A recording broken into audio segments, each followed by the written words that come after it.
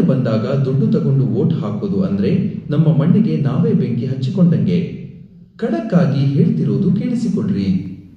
ಈ ರಾಜಕಾರಣಿಗಳ 5 ವರ್ಷದ ಆಟಕ್ಕೆ ಮರುಳಾಗಿ ನಮ್ಮ ಉತ್ತರ ಕರ್ನಾಟಕದ ಮಕ್ಕಳು ಒಣಭೂಮಿಯಲ್ಲಿ ಕಣ್ಣೀರು ಹಾಕೋದು ಸಾಕು. ಇವತ್ತು 500 ರೂಪಾಯಿಗೆ ವೋಟ್ ಮಾರಿ ನಾಳೆ ನಮ್ಮ ರೋಗಿಗಳಿಗೆ ಆಸ್ಪತ್ರೆ ಇಲ್ಲ, ನಮ್ಮ ಯುವಕರಿಗೆ ಉದ್ಯೋಗ ಇಲ್ಲ ಅಂದ್ರೆ ಆ ದುಡ್ಡು ನಮ್ಮ ಯಾವ ಕಾಯಿಲೆಗೆ ಬರುತ್ತೆ? ಯಾವ ಹಸಿವು ನೀಗಿಸುತ್ತೆ? ನಮ್ಮ ನಾಡು ನಮ್ಮ ಹಕ್ಕು ಸಂಸ್ಥಾಪಕ ಧರೆಪ್ಪ ಇಂಡಿಯವರ ಗುಡುಗು ಇದು.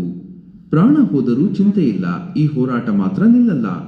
ನಮ್ಮ ಮಣ್ಣಿನ ಅಭಿವೃದ್ಧಿಗಾಗಿ, ನಮ್ಮವರ ಹಕ್ಕುಗಳಿಗಾಗಿ ಉಸಿರು ಇರೋ ತನಕ ಹೋರಾಟ ಮಾಡೇ ತೀರುತ್ತೇವೆ.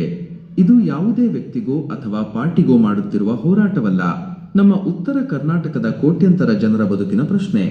ದುಡ್ಡು ಕೊಟ್ಟವನಿಗೆ ಧಿಕ್ಕಾರ, ಸ್ವಾಭಿಮಾನಕ್ಕೆ ಜೈಕಾರ. ಇನ್ಮುಂದೆ ಯಾರೇ ಬಂದು ದುಡ್ಡು ತೋರಿಸಿ ವೋಟ್ ಕೇಳಿದ್ರೆ ನೇರ ಮುಖಕ್ಕೆ ಹೊಡೆದ ಹಾಗೆ ತಿರಸ್ಕಾರ ಮಾಡಿ. ನಮ್ಮ ಸ್ವಾಭಿಮಾನ ಯಾವ ರಾಜಕಾರಣಿಯ ಲಂಚದ ದುಡ್ಡಿಗೂ ಮಾರಾಟಕ್ಕಿಲ್ಲ ಅಂತ ಎಚ್ಚರಿಕೆ ಕೊಡಿ. ಒಗ್ಗಟ್ಟಿನ ಬಲವೇ ನಮ್ಮ ಅಸ್ತ್ರ. ಉತ್ತರ ಕರ್ನಾಟಕದ ಪ್ರತಿಯೊಬ್ಬ ಯುವಕ ರಸ್ತೆಗೆ ಇಳಿಯಬೇಕು.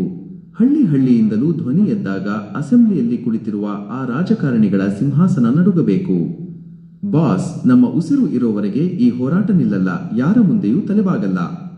ಉತ್ತರ ಕರ್ನಾಟಕದ ಅಭಿವೃದ್ಧಿ ನಮ್ಮ ಮೊದಲ ಮತ್ತು ಕಡೆಯ ಗುರಿ.